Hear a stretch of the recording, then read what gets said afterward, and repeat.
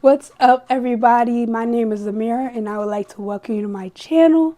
Today, I wanted to come and give my story on how I was diagnosed with lupus and GBS. On Valentine's Day is when they came in and actually gave me my diagnosis. I love white woman tears. Love it.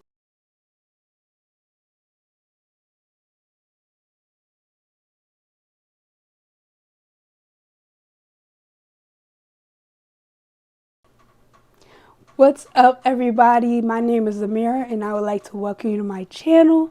Today, I wanted to come and give my story on how I was diagnosed with lupus and GBS.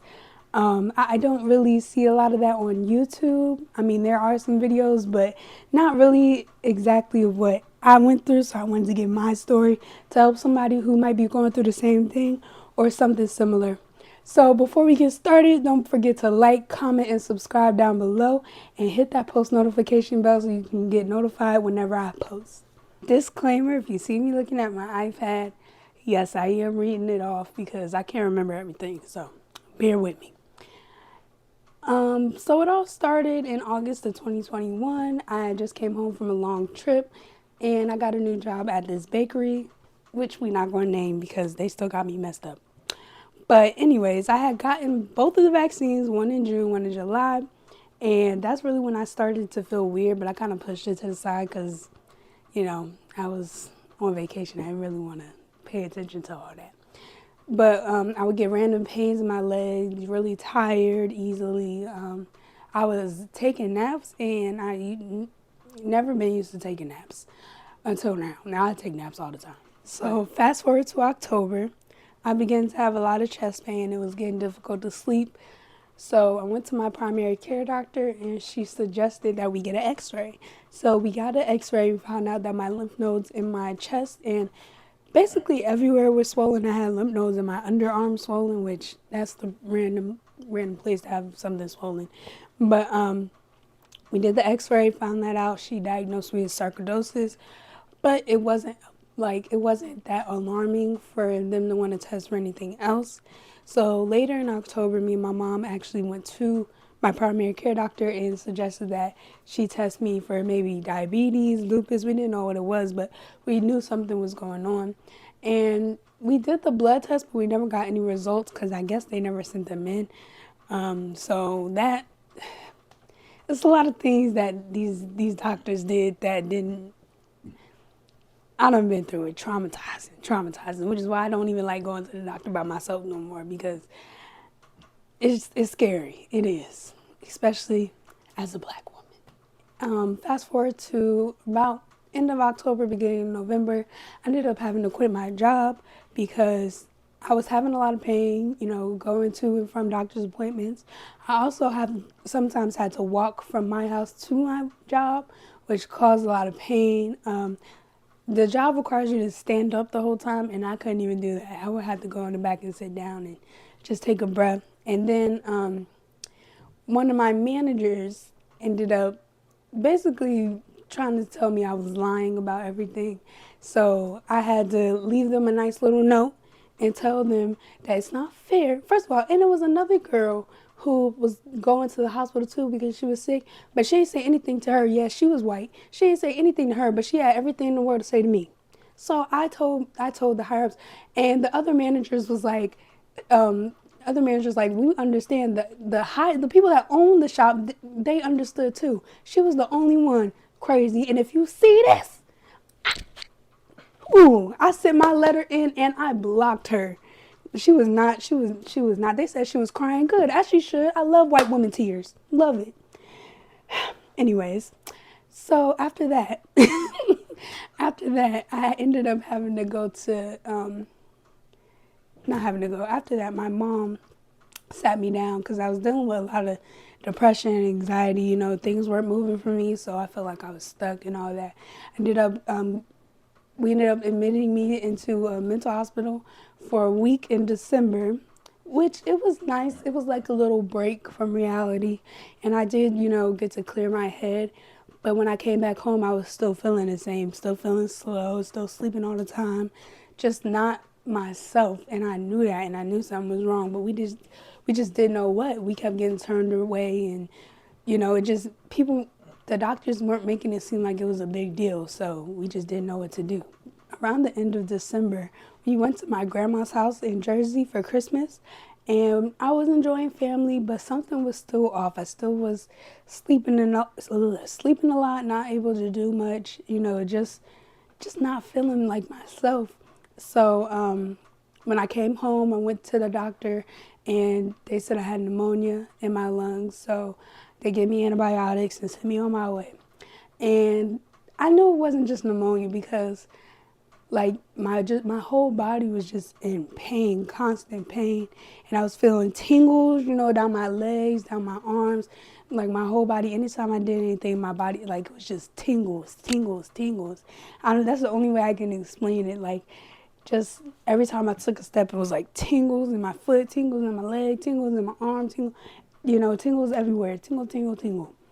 And so I went to the emergency room 3 times, and each time they told me the first 2 times they told me I had anxiety.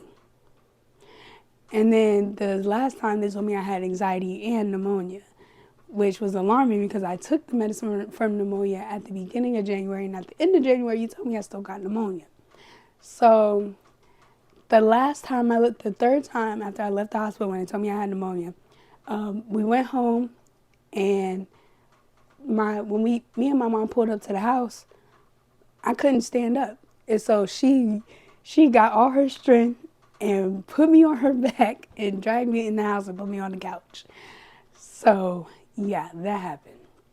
Then the next morning I woke up and I could not stand up. And my grandma had came in early in the morning. We didn't even know my grandma was coming. Early in the morning, she knocked on the door, came. She went in my room. She was in there cleaning up as she do, because whenever my grandma comes, she got to clean the whole house. So she was cleaning up, and I woke up, and I was like, I got to go to the bathroom, but I can't get up. And so she took an office chair. It was this one. She took this chair that I'm sitting on right now. I sat on it, and she pulled me to the bathroom and slid me on the toilet like I was an old lady. Like she done did it a few times before, She take care of a lot of old people. But yeah, I'm really grateful for her for that, because I would have peed on that couch if my grandma wasn't there. So after that, my mom called the patient advocate for the hospital and explained what was going on. I basically, at this point, I can't walk. So the patient advocate said it's not safe for me to go in the car, so they had to send an ambulance. So they sent the ambulance, and I was back at the hospital that they sent me home from last night, even though we told them that I was really weak. Whatever. I hate emergency rooms.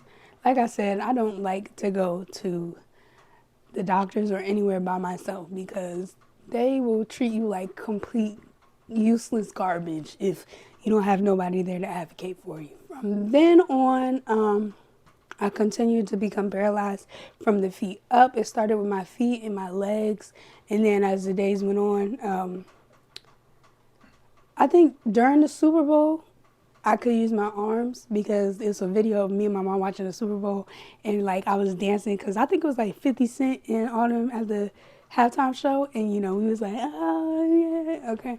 And in the hospital we had a little Super Bowl party. She brought me, she brought a little platter of food and stuff.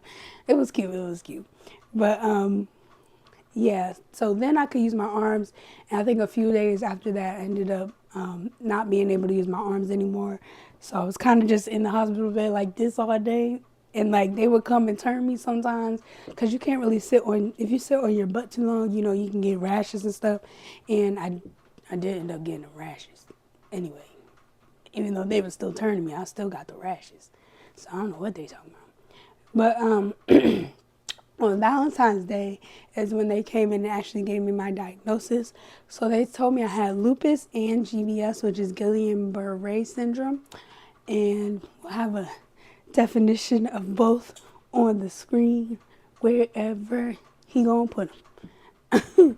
So yeah, there wasn't really much to do. We did the IVIG treatments, which is steroids, and that helps with GBS and lupus. And we did blood and plasma transfusions or infusions, which takes donor plasma from the blood and switches my plasma out because my plasma in my body is toxic. So they put healthy plasma in me and, rejuvenate the cells. So, yeah. Oh, so I was paralyzed for 6 weeks, and I did have to go to physical therapy. I stayed there for a month.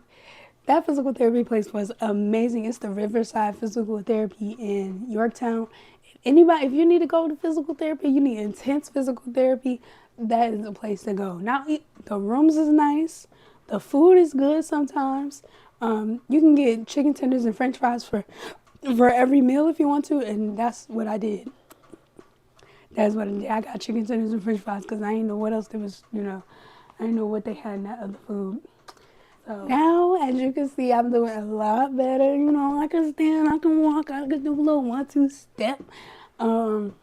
Still can't run, but we working on that. I don't know if I'm going to want to be able to do all that. I think I'm okay where I'm at. But I can say that dealing with lupus and even GBS, because I didn't know that it stays in your body, but apparently it does. And I'm just dealing with, that the whole learning how to deal with lupus and learning what you can eat, learning what you can't eat, learning what makes you hurt and learning what makes you feel good, and just learning that sometimes you just got to rest, sometimes you just got to let it take its course. That's kind of been hard, just dealing with all of that. And then just, with the fact that it's so much easier for me to get sick now. That's been hard because, people get colds, but when I get a cold, it's like I'm about to die. I would say the struggles that I deal with now is just, dealing with having lupus and, the pain, the constant pain, going in and out of doctors, which is so damaging, especially when you're not really getting good news. Not damaging, draining, especially when you're not getting good news or news that you want to hear. Sometimes you do, but, and all you can really hope for is to have a good support system. I have a great support system. Family and friends are really vital in, the healing process and learning how to deal with, the sickness and, just the hard part of everything is, if you have somebody there with you to, lean on when you need help and who can pick up where you left off, and, that helps a lot. So, thank you all for tuning in. I wanted this to be one of my first videos so that when people come to my channel, they can hear my story, and, hopefully I help them through their journey, and I will continue to share my journey. I plan on doing vlogs, plan on, doing some come to the doctor with me videos and all that. So stick around. This is just the beginning. Don't forget to like, comment, and subscribe down below, and turn on the post notifications so you can get notified anytime I post. Love y'all, and I'll see you next time.